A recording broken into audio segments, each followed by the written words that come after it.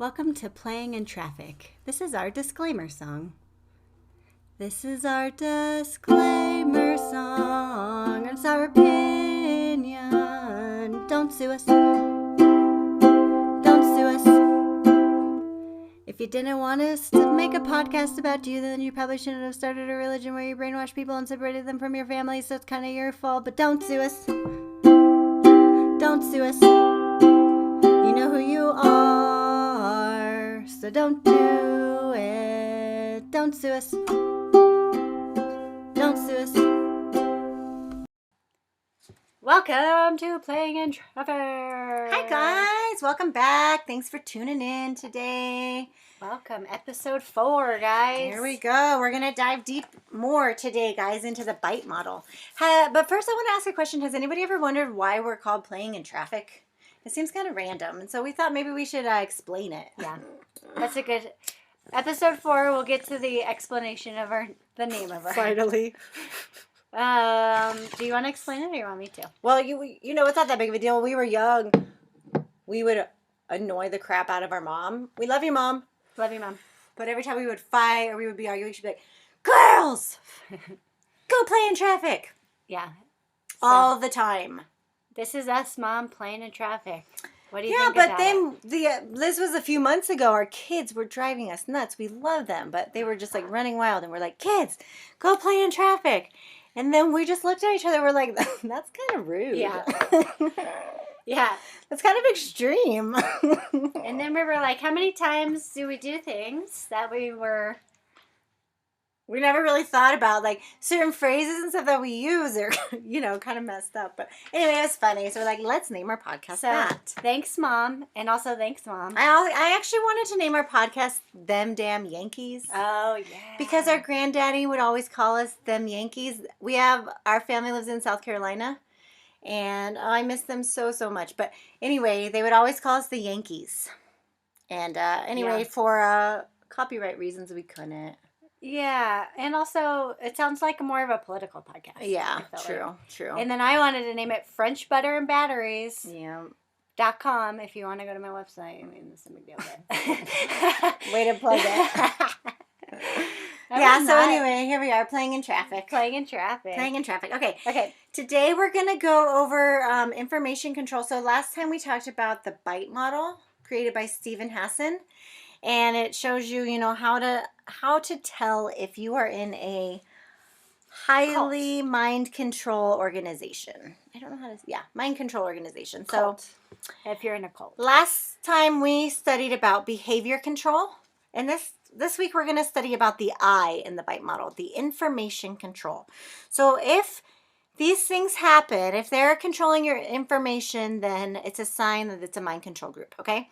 So it says that you will be denied access to information that would help you to make an informed decision. So like only knowing a little bit of information, and if you would have known more information, you might have made a different decision. Another thing is having no access to regular news, information, social media, regular TV, books, and so really the only material allowed is the organization's material, church material. Number 3, one of those points was separating information flow within the group and within the organization, and slow release of information. So little by little, like giving little drops of information at a time, not giving it all at the same time. And having no free time to really sit down to think and process all these things that are happening. Let's see. And what else was another one? Yeah, I think that's it. So let's go one by one through each one. Okay? So the first one was denied access to critical information. Would you say that's true? That we were denied access to critical information in the beginning? Well, I think you guys were given like weird versions of like one of the things that was very annoying is every time I would talk to you about anything unrelated, you'd be like, "Did you hear what's happening in North Korea?" And so it wasn't like the denial of information. It was like everything was because you thought North Korea like warped around this idea. was going to start World War III. And I was like, girl, you don't have to be in your church to like see that. North Korea's effing crazy. Right. So not so much like denial of it, I guess, Right. but like So manipulation of information. Right. I think that, I think that when you first join, like when you first get baptized, we just learn like about Sabbath day and Passover, and like we talked about Christmas and all those things. But then after you get baptized, then you do like more studies, and then Is it become more doomsday? It becomes more deep. You get deeper studies, and they compare it to a baby. So when you're baptized, you're a baby, and you can't give a steak to a baby. You can't shove a steak down a baby's throat. You have to give a baby milk. And the Bible says that the Word of God is like food, like spiritual milk. Yeah. So you have to give the baby little drops of milk. And then little by little, you start to give them more information and deeper studies. And then little by little, you learn like the church history. But you don't even really know the full church history. You really don't. Yeah. Like even I really still to this day don't fully understand the scope of the church history. So that's very interesting. Okay. And then it says no access to news. We had access to the news. I would say more the news was amplified. There were parts of the news that were amplified for fear. And they would actually create these videos. You know, just these videos. Those Oh, videos. man. I remember watching, I would come in and do Bible studies. They would give me like just the basics, but even just the basics that they let me in on. One of the videos was so intense. It was like nuclear bombs going off and just like so intense. And like, oh my God, I am stressed out. And there's really like no warning. They're just like, sit down and watch this nice little video. Look at all these dead bodies strewn everywhere. Yeah, it's a little intense, but so yeah, I would definitely say that happened. I wouldn't say that they stopped us from watching the news. They actually encouraged us to be informed on certain parts of the news, you know, that had to deal with like North Korea, end of the world and things like that, scarier parts of the news, you know. Yeah. And then another thing that's interesting is they would create their own materials. Oh yeah. So it wasn't that we were like limited on what we could look. But one more quick thing about that. One thing we were limited on though was social media. We didn't have any social media. Oh yeah. Because it's a temptation. There's so many temptations on social media. And we could not like look up any YouTube videos. We couldn't look up anything against the church because it's all, you know, created by the devil. Like you can't find your salvation in the internet. Why would you look in the internet for your salvation? You know, and the devil is so deceiving and so tricky. So you don't want to go on there and then accidentally be deceived. So to be honest, like, what is this, 2021? Yeah.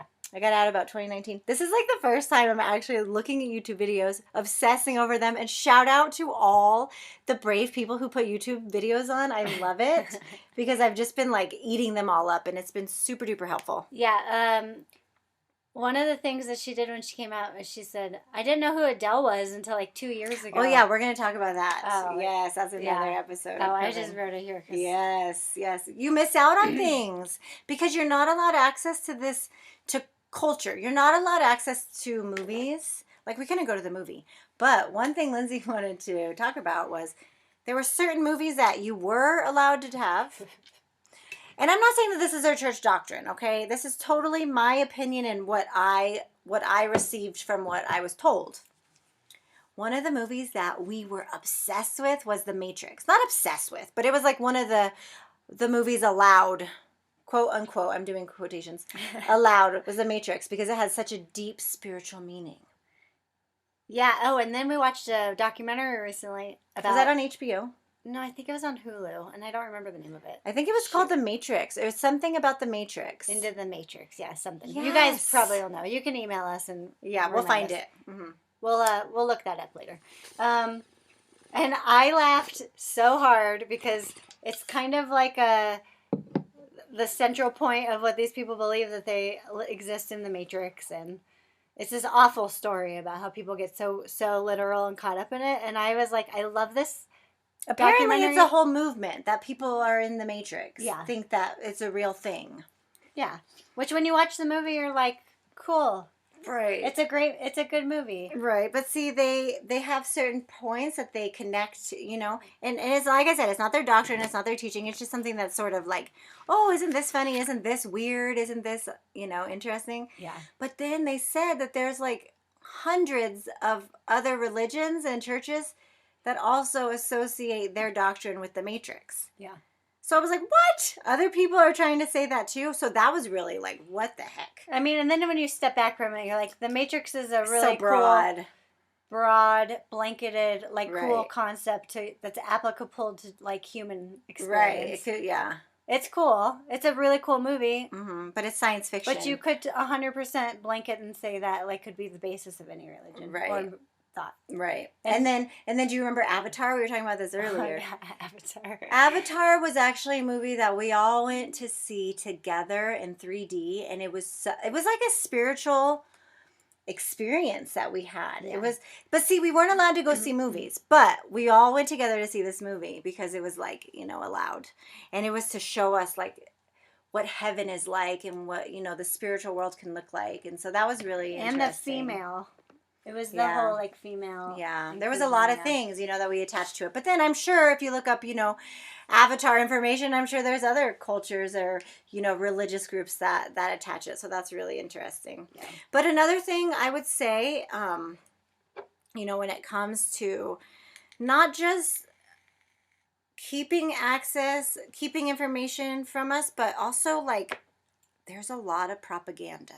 And I don't use that word lightly, but like there's a lot of videos, and this goes again to what we talked about in our last episode about like My favorite video of all time. oh, not that one, not that one, but the video like they would do a lot of community service things, and then they would make these elaborate videos. They would spend hours creating these beautiful elaborate videos and getting these interviews from people, and then putting it on YouTube. But not only just posting it on YouTube, what they also do is they share it amongst each other. So it's a worldwide group. And so it's like they make these videos amongst each other, and it just sort of like puts you in this information bubble. We're talking specifically about information, but it also goes with thought control and emotion control too. But in the, context of information control, you're hearing information about the church only from the church because you're not allowed to look anywhere else. You're not allowed to look in like, on the internet or anything. So you're only allowed to see what they're putting out. And so, yeah, you really kind of become into a bubble. Yeah. an Shout out to information bubble. Annie, because isn't she the one who got you to do Facebook? Oh, yes, she did. So I my remember South that. Carolina family was like, what are you doing? We want to see your babies. We want to see what's going on with your life. So, get on social media. And so that was sort of, what they would say was like leading me into temptation and eventually like, filled me with evil spirits. Yeah. But really what it did was it sort of like opened my mind to different realities, seeing what people were up to. I was able to connect with some old friends and things like that. So Yeah. once you allow a little bit of information in, Yeah. then it does sort of become a rabbit hole. Right? So I would definitely say that there's propaganda, and they also have like their own books that they sell, which also, I don't know. And their own magazines that they put out, and like stories that they share with each other, and they share amongst each church. So I would definitely say that information control is happening. Yeah. Right. And then what was the other one? Separating information flow within the organization. Oh. So, Remember when you went to Korea uh-huh. and you met that girl Yeah. and you wanted to call her? Oh, so one of the things that's interesting is that, so we have, they have, churches all over, and but sometimes they gather together. So sometimes, they go visit other places together. So you would have like trips to Korea with, people from LA and people from Australia and people from Japan. It was amazing. I will just say, side note, that is one of the most beautiful things about this place is like everybody is allowed. Everybody is invited. It's all different cultures, all different races. It's very, very beautiful. But anyway, when you meet there, you're not allowed to exchange information. It's not allowed, because just in case in the future, if evil spirits might take over or something, you don't want to be deceived by them. You don't want the devil to be used in any kind of situation. So you're not allowed to. And I was sad because I met a lot of really beautiful people when I went to Korea, and I have no idea how to find them or how to get in contact with them. So that makes me very sad. There was one girl that I really felt like she was really, really special in my heart. But anyway, so I think that's part of it. Would you say that? Say that? Yeah, when you told me that, I was like, yeah, that's definitely real weird. Yeah, yeah. That you're not allowed to exchange your phone numbers. Yeah, yeah. Very controlling. And then another thing is, like, there's a hierarchy. So there's, like, top leader. Like, I was a deaconess, but there's also, like, group leaders and unit leaders. And then those leaders have members underneath them that they take care of. So, like, they know every specific thing about each member. They know everything. They know what they've studied. They know if they've tithed. They know how many services they've kept. So that is definitely like controlling of information. Like, the leaders have all the information on the younger members, but the younger members don't have the same equal information as the older members. So that's not really like a fair relationship. It's like you know what I'm saying? Yeah. It's like somebody's over you. Yeah. It's not equal. And so that person over you, like, it's very secretive. Like, you don't really know how old they are. You don't know if they're married. Like, nobody really knows how old the deaconesses are, or, who their husband is. They're kind of secretive about it. It's very strange. It's just, like, very private and very shut down when it comes to, like, personal information like that. And, yeah. Do you have anything else to say about that? This is all about information control and how information is controlled. So yeah, I would definitely say, like, it's a slow leak of information. So, like, you start off like, yes, I believe in the Sabbath day. Yes, I believe in Passover. Let me get baptized. But then as time goes on, you're already hooked at that time with the information that you're given. You're already fully in it. You have 100% faith. So then by the time they get into some of the deeper doctrines, you eat it up like you eat it with a spoon. And if you question it, you've already kind of been told that's but you're the allowed devil. to question. You're allowed to question. Like, they'll have question and answer time. Yeah. And you go there and you say your questions. But, like, there's, like, generic answers. And, and that's what actually that kind of leads us to our next episode, which is going to be about thought control and emotional control. Okay. So I think that it's a little bit strange, though, because we would have question and answer time, but it's like the fact that somebody has an answer for everything. So they would have answers. There would be answers for everything. And like I said, we're going to talk about that in the next episode, but it makes me sometimes wonder, like, are we supposed to have the answers to everything? Like, if one group says they know everything, they have the answers, they can answer every single question you've ever had in your whole entire life, I think that might be a red flag. Yeah. That's going to be one of those... because who can know everything? That's going to be one of the times I say, I told you so. Right. That's when I told you so, because that's what I used to tell you. Like, they have a real it's too simple. Yeah. Real generic, like, preset, like, rehearsed answer to everything. Right. And as long as it's within the biblical context. And that's what I was saying before. If you ask anything else, like anything, not specifically like, can you point this out in the Bible, but more like, what about the universe, man? Like, right. I just come in there and just really ask, like, genuine questions. Which happened. I had several friends who I love so dearly. I don't know if I want to say his name, but I love him so much. We used to smoke weed every day. You know who you are. Yeah. And he came in and he was just like, the Bible is BS. And it was so amazing. Looking back, it was so amazing. And he was just like, you guys are crazy. This place is not, because he didn't believe in the Bible at all. Yeah. But anyway, I don't and know. And I was kind of the same way, but I just wanted to, like, get a better grip of, like, what you were hearing. But I was coming from the same vantage point of, like, okay, like, but minus the Bible, what else do you guys got? Right. And they were like, well, we don't know about all the other stuff. This is right. just... And so, I don't know. Like, for me, it wasn't satisfying to my soul when I would hear these Bible studies. But I knew Tony was, like, in it to win it. I was in it. And it was just so fascinating. I was in it, but looking back, it's like, did I have all the information?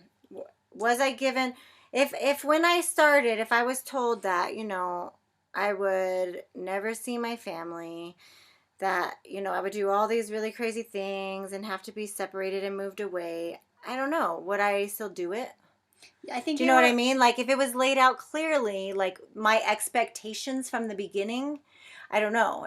I don't know what kind of decision I would make. And that's the whole point of information control, is like, is it fair that people aren't told up front what is required in order to, quote unquote, go to heaven? Like in the beginning, they say, oh, to be blessed, you just need to come for 1 hour on the Sabbath day. But then as time goes on, all of a sudden, you need to be there 7 days a week, 24 hours a day, and you need to sell your firstborn. No, I'm just kidding. You don't need to do that. Just kidding. That's in the Old Testament. Yeah.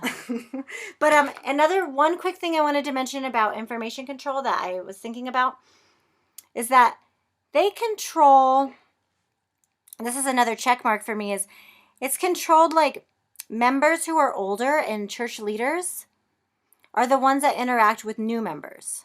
And it's designed that way specifically. So like new members cannot come in and talk to other new members. Like they don't really allow like new members to be together and just talk about worldly things. You're not allowed to just like sit around and talk about worldly things. You need to be studying and you need to be with your church leader. And so I think that it's interesting that the organization is made that way.